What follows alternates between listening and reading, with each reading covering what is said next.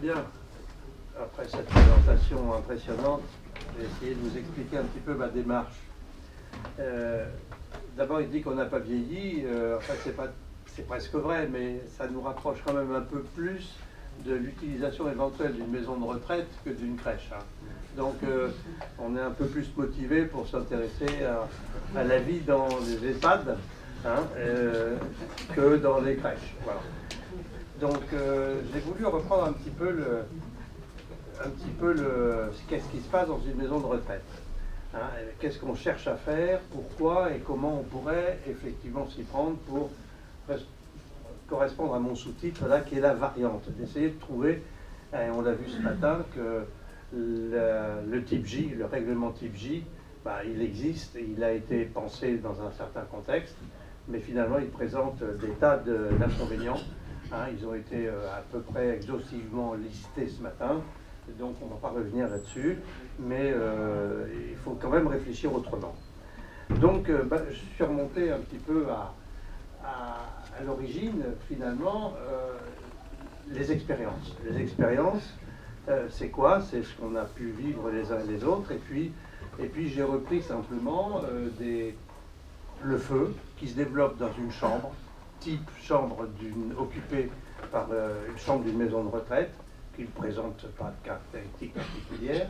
Et je me suis référé à certaines études expérimentales qui ont été faites et que j'ai retrouvées, auxquelles j'ai participé. Alors une première étude, c'est une étude qui a été faite par une équipe LNE, LCPP, hein, tout le monde sait ce que c'est, le Laboratoire National d'Essai et le Laboratoire de la Préfecture. C'est une étude très complète qui a été faite par des gens qui savent vraiment de quoi ils parlent et qui se sont donné les moyens de faire des études expérimentales et des mesures. Et la première chose qu'on découvre, c'est que quand on met le feu, à partir du moment où il y a le feu est initié, et on en a parlé ce matin par un briquet, par exemple défectueux, ou par une maladresse, comme il y a eu dans une maison de retraite, je ne sais pas si c'est dans la région qu'on a évoquée ce matin, mais j'ai souvenir il n'y a pas très longtemps, il y a eu un feu dans une maison de retraite qui a démarré, parce qu'il y avait un résident qui n'arrivait pas à ouvrir son paquet de bonbons à la main, il a pris son briquet pour faire brûler le plastique du paquet de bonbons. Et il y a eu plusieurs morts derrière. Donc, c'est l'instant qui nous intéresse, c'est, il y a, excusez-moi, la connerie faite volontairement ou pas, il y a la maladresse, il y a l'accident qui démarre. Et bien, dans cet accident qui démarre dans une chambre type reconstituée au LNE, voilà les températures que l'on observe. Hein. C'est-à-dire qu'en fait, en moins de 5 minutes, on a des températures qui dépassent largement le seuil de tonalité. Dans cette même expérience, on a mesuré l'évolution de monoxyde de carbone hein, et en même temps l'évolution de l'acide cyanhydrique, qui sont les deux gaz les plus nocifs et toxiques qu'on peut trouver dans l'incendie, je dirais, classique. Alors le monoxyde de carbone, il n'intervient pas tout de suite dans les premières minutes de l'incendie, hein, c'est-à-dire qu'en fait le taux inadmissible n'est pas atteint tout de suite. L'acide cyanhydrique non plus, autant c'est des choses qui sont mortelles à dose, dès qu'on atteint les doses mortelles, mais on s'aperçoit avec ces trois essais, ces trois courbes, que le gros danger en premier dans un feu du type un briquet qui démarre, c'est la chaleur sur des gens qui sont sur le corps humain. Deuxième expérience à laquelle, non, je ne crois pas qu'aucun d'entre vous n'avait participé, ça se passait aux États-Unis. Si, Alan était avec nous. C'était à l'AFT, c'est l'équivalent du LCPP en France, c'est Arms and Fire and Tobacco. On a assisté, on était une dizaine, à un essai, une chambre, c'était un séjour. C'était pas une chambre, c'était un séjour reconstitué avec un canapé, un téléviseur, etc. On met le feu de la même manière, volontairement, une flamme, et il y avait des capteurs, un certain nombre, et ça, c'est la photo que j'ai prise du tableau sur lequel on avait les résultats des températures. Qu'est-ce qu'on voit? C'est qu'au bout de 200 secondes, 200 secondes, c'est-à-dire 4 minutes, 4-5 minutes, on a des températures qui sont absolument insupportables. Donc, la conclusion de tout ça, ça a été un communiqué que j'ai trouvé qui m'avait été transmis par une association belge d'ailleurs, parce qu'en France, on n'aime pas bien recevoir des informations des États-Unis. Les États-Unis, c'est des gens, ils pensent qu'à l'argent, c'est pas des gens fréquentables. Donc, si on veut avoir des informations, il faut les prendre chez eux, ou quelquefois passer par d'autres pays européens. Et alors, il y a une information comme ça, qui est parue, que, je vous la lis, entre 1975 et aujourd'hui, le temps de survie dans un logement est passé de 17 à 3 minutes. Non pas du fait de la construction, mais du fait simplement de l'occupation. Les meubles rembourrés, les vêtements, tous les produits en plastique, tout notre mode de vie, l'entassement, la charge calorifique maintenant aussi dans les immeubles, dans les appartements. Les appartements sont petits, mais on achète de plus en plus de bricoles qui brûlent, etc. Donc, leur conclusion, c'est qu'au bout de 3 minutes, le feu n'est plus contrôlable. 3 minutes.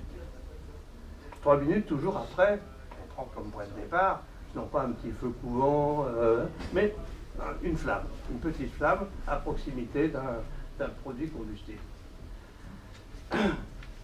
Si on ajoute à ça qu'en 200 degrés, les dégâts sont irréversibles sur les voies respiratoires, et qu'à 340 degrés, plus de 300 degrés, le décès est immédiat sur une personne adulte valide, on voit très bien que la moyenne d'âge étant ce qu'elle est dans les EHPAD, ces chiffres-là sont encore trop élevés, c'est-à-dire qu'en fait, il y a extrême urgence à ce qu'il se passe quelque chose à partir du moment où il y a un départ de feu, là où il y a des personnes, c'est-à-dire dans la chambre. Donc le problème numéro 1, c'est de résoudre le problème que l'on a dans la chambre où il y a un résident, un ou plusieurs résidents. En général, il y a des chambres individuelles. Alors, moi je propose qu'on retienne cette moyenne que j'ai trouvée aussi. Conclusion pratique, à la suite de différentes expérimentations, la tenabilité après l'allumage ne dépasse pas 3 minutes et quart, mettons 3 minutes 15. Allez, mettons 4 à 5 minutes grand maximum. Moi je l'ai constaté en expertise. En expertise, j'ai été appelé un jour, c'était en pénal, une chambre classique, dans laquelle il y a eu un sinistre, et tout le monde ne comprenait pas comment les pompiers, arrivant au bout de 6 minutes après l'appel, la personne était décédée. C'était pourtant évident, d'autant plus que j'ai constaté à confirmer, les fenêtres en PVC étaient, à partir d'1 mètre de haut, étaient brûlées, donc la température avait dépassé 500 degrés à peu près 1 mètre du sol. Donc, effectivement, une personne normale ne pouvait pas survivre à cette situation. Bon, il faut dire que le degré d'alcoolémie l'avait empêché de quitter l'appartement, enfin la pièce dans laquelle ça se passait. Mais j'ai eu la confirmation, et depuis ce jour-là, je dis toujours, si on attend, si les pompiers sont là dans 5 minutes, c'est déjà un exploit extraordinaire, et c'est pas ça qui sauvera les gens. Donc, si le but est vraiment de sauver des gens, il faut trouver autre chose. Voilà. Donc, partant de ça, j'ajoute les configurations particulières, le contexte particulier de l'EHPAD. L'EHPAD, c'est les 2 dernières lettres, c'est personne âgée et dépendante. Âgée, ça veut dire que de toute façon, même moi qui bientôt dans quelques jours, n'aurai plus le droit de lire Tintin, parce que j'aurai dépassé la limite d'âge, je cours moins vite qu'avant, c'est clair. Même si j'ai le sentiment de me porter encore pas trop mal, je cours moins vite dans les couloirs, c'est certain. Et je ne cours plus après les autobus. Donc,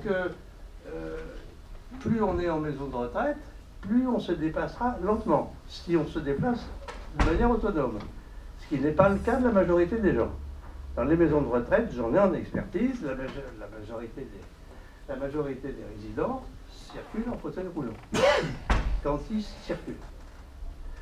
Donc, âgés, dépendantes, il y en a qui sont même complètement dépendantes.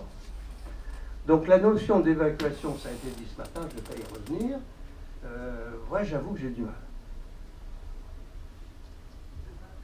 Alors si on prend le type J, Le type J, qui est donc la référence réglementaire actuelle.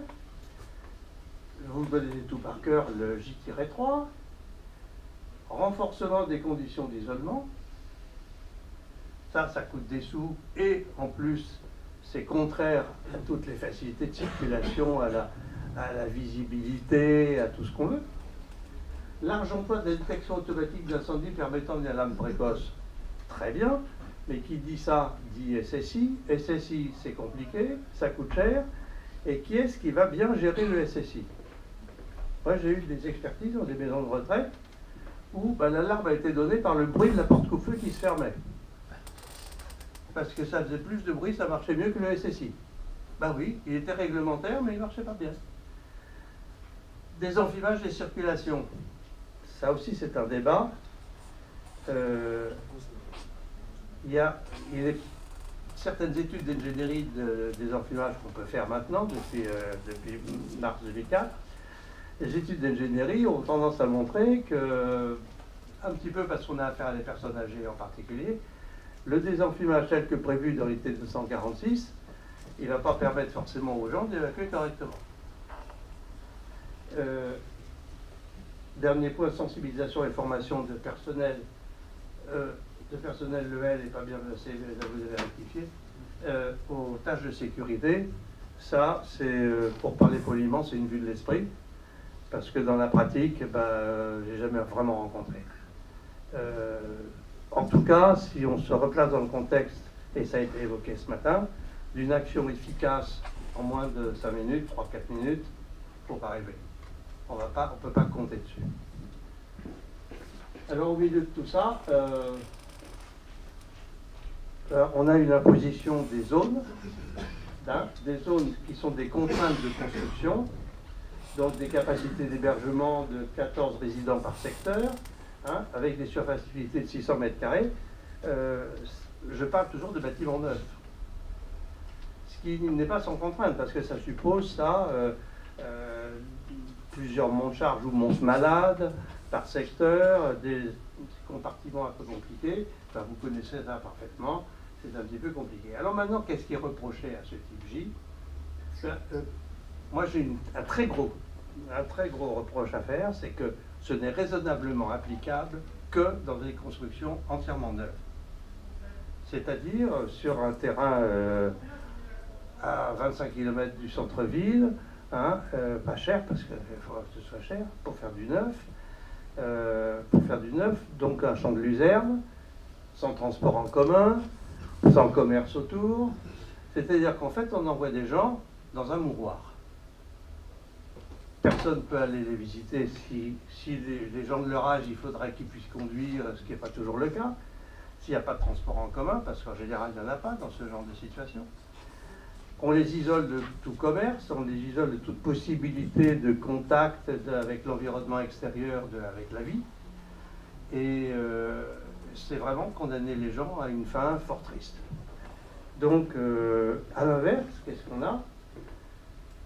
On a, et c'est peut-être plus intéressant dans le sujet qui nous intéresse aujourd'hui, c'est qu'on a des tas d'établissements qui sont le don de la comtesse de machin qui a fait don de son château pour faire une maison de retraite, avec un bel escalier monumental. Il est certain qu'on ne va pas aller empoisonner sur l'escalier monumental et faire un type J avec des secteurs et des machins. Donc qu'est-ce qu'on fait dans ces cas-là? On ne fait rien. On ne fait rien parce que si on commence à dire on va faire quelque chose, la commission de sécurité va dire, les bureaux de contrôle, enfin tous les gens qu'on a énumérés à la table, vont dire ah ben non, il faut se mettre en conformité. Puisqu'on est toujours dans la mise en conformité, pas dans la mise en sécurité. Donc on ne vise pas l'efficacité, on vise la conformité, la réglementation. Donc on peut faire du type J dans un ancien monastère, dans un ancien château, historique, ou même s'il n'est pas historique, il suffit qu'il soit un peu ancien. J'ai eu récemment une expertise dans une maison de retraite en Bretagne qui date de 1900 quelque chose, pas beaucoup, 1905 ou 6. Et parce qu'on a voulu rajouter un petit bout de quelque chose pour faire une cuisine un peu plus moderne, de manière un peu bébête, je suis gentil, je pèse mes mots, ils ont voulu mettre ce bâtiment de 4 étages ou 5 étages en type J. Ça n'a jamais marché, ça ne marche toujours pas. hein, et ça ne marchera jamais. Mais personne n'a voulu avoir à la démarche dont on a parlé ce matin, de dire, bah, puisqu'on a affaire à un bâtiment de 1906, qui est dans les environs de Rennes, enfin reçoit beaucoup de monde, si on pensait autrement. Non, personne n'a pensé autrement et on a un truc qui ne marche pas. Par contre, on a dépensé beaucoup d'argent. Le parc existant, donc c'est ce que je vous ai dit, hein, souvent des bâtiments très anciens, voire historiques. Hein, mon père a fini ses jours dans des conditions que je pense être les moins mauvaises possibles. Je vais donner mon cas personnel, enfin son cas à lui. Et il était universitaire, je suis d'une famille d'universitaires. Il a passé sa vie toujours à Paris. Quand il s'est trouvé veuf, la question s'est évidemment posée de trouver une maison de retraite.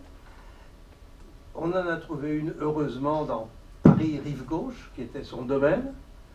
J'étais chez des bonnes sœurs, absolument pas type J. Mais je pense honnêtement qu'il a eu une fin de vie beaucoup plus heureuse que s'il avait été dans une maison de la MGEN, du côté de Trappes, où personne n'aurait jamais été le voir. Là, tous ses collègues de la Sorbonne sont venus le voir fréquemment, et lui, en autobus, il est qui font qu'il faut absolument sortir du carcan du type J, qui ne peut être réalisé, encore une fois, que dans un bâtiment neuf, je parle surtout en région parisienne, loin des villes, parce que les terrains sont simplement exorbitants. Tout ça, c'est de la réalité, c'est du vécu, il faut y faire attention.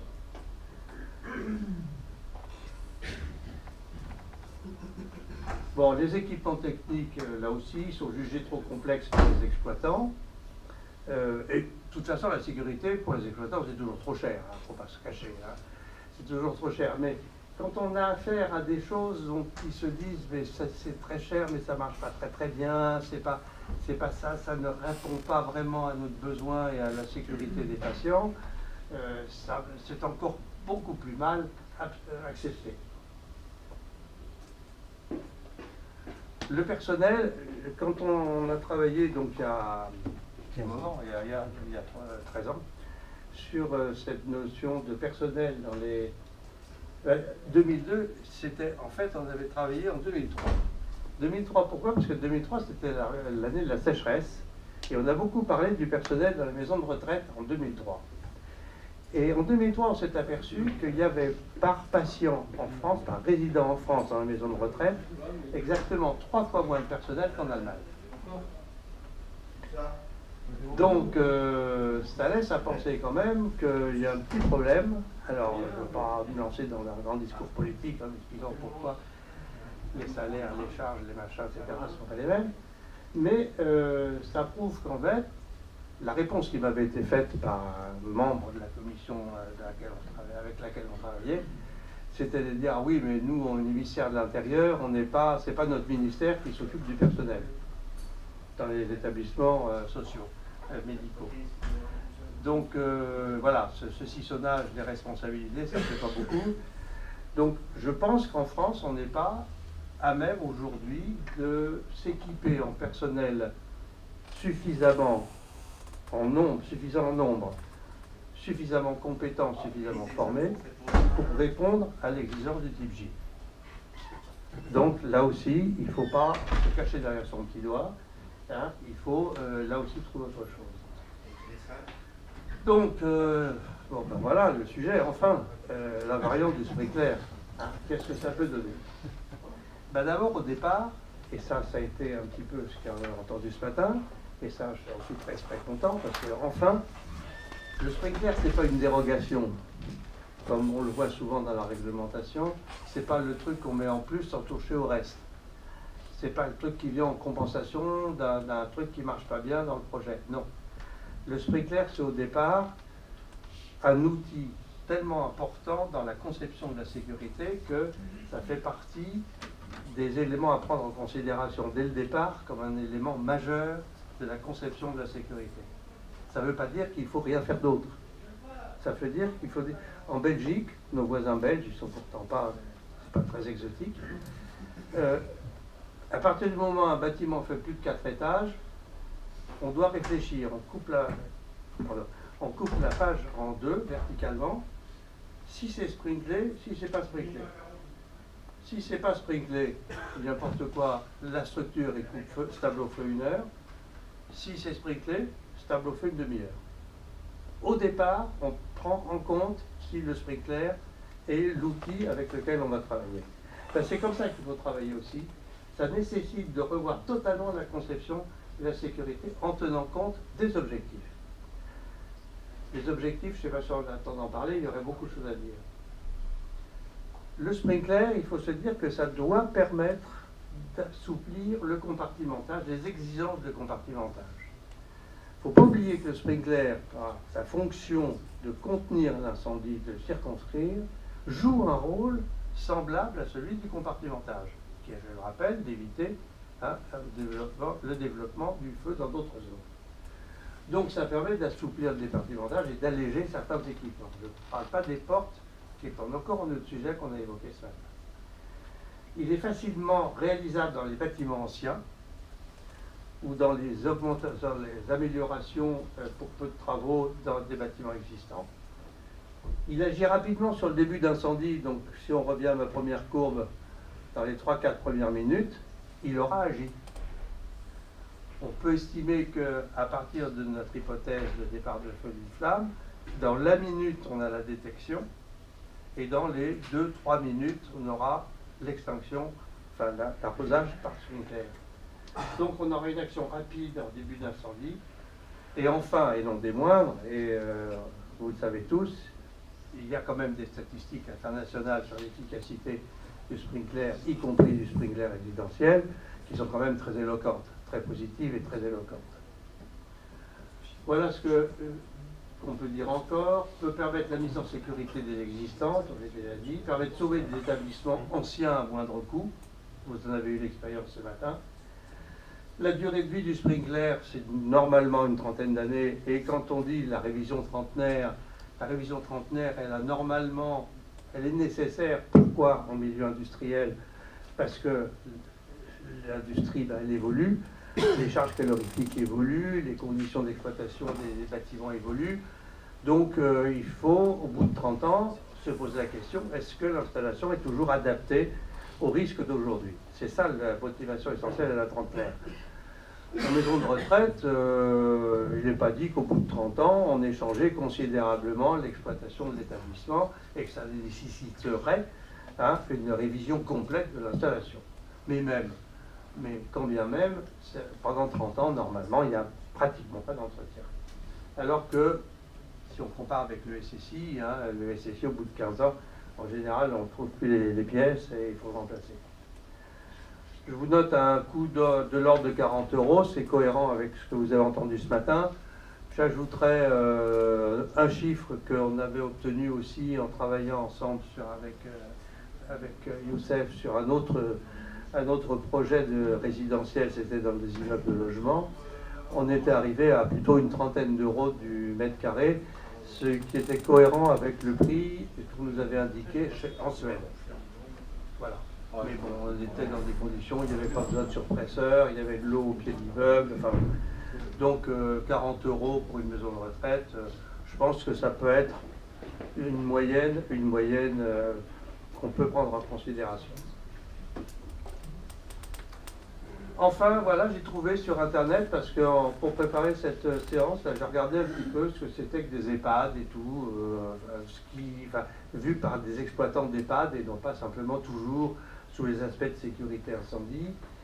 Et je suis tombé sur un mémoire d'une élève de l'École nationale de santé publique, que je cite, parce que sa conclusion, elle est très bien rédigée. Je vous la lis. Ainsi, les travaux demandés par des résidents dans un but d'amélioration de leur qualité de vie sont parfois rendus impossibles à réaliser du fait d'une réglementation de plus en plus exigeante et contraignante. Je pense qu'elle exprime là des observations tout à fait réalistes, qui correspondent à un état d'esprit généralisé. Et je crois qu'il faut en tenir compte quand on réfléchit un petit peu à la sécurité, mais le dilemme entre sécurité et qualité de vie, parce que c'est vrai que est-ce qu'on rend vraiment service à la société en voulant préserver à tout prix une sécurité qui est incertaine, au détriment d'une qualité des dernières années de la vie. Voilà, je ne vais pas vous faire trop de discours larmoyants là-dessus. La proposition peut être positive, élaborer une autre conception de la sécurité dans les EHPAD, donc une réflexion elle va se poursuivre prochainement. Redéfinir les objectifs en fonction des spécificités, appliquer la méthodologie d'ingénierie à partir des scénarios réalistes, hein, envisager tous les moyens, en particulier le sprinkler résidentiel.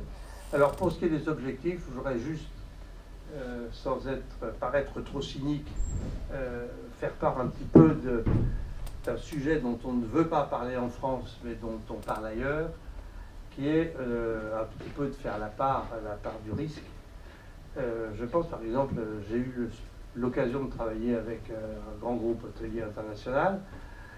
Eh bien, dans les grands groupes hôteliers, on est obligé d'admettre que le type qui met le feu dans sa chambre, volontairement ou pas, hein, soit il se prend pour un bonze et il s'immole, ou simplement il joue avec son briquet et il met le feu, on n'est pas sûr de pouvoir le sauver. Et il faut admettre que on peut peut-être ne rien faire.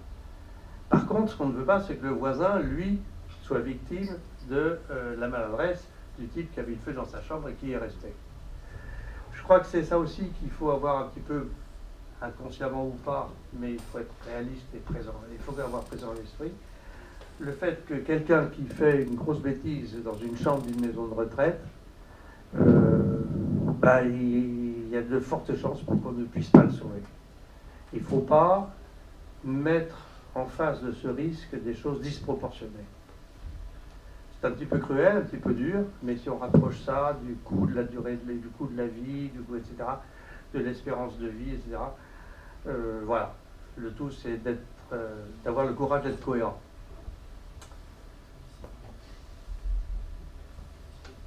Alors, il faut tenir compte du coût global de la sécurité, bien sûr, et je ne sais pas quand ça débouchera, mais l'idée de rédiger un guide référentiel pouvant constituer une solution validée par l'autorité administrative, ce serait quand même bien parce qu'on aura du mal en France, en tout cas, à faire le grand saut de passer directement de la mise en conformité et de la responsabilité de l'administration à responsabiliser les acteurs et de mise en sécurité pas forcément conforme. Donc ça ne va pas être facile. Donc bien là-dessus, je vous remercie de votre attention et je vous souhaite bon courage parce qu'il y a encore du boulot dans ce domaine. Voilà.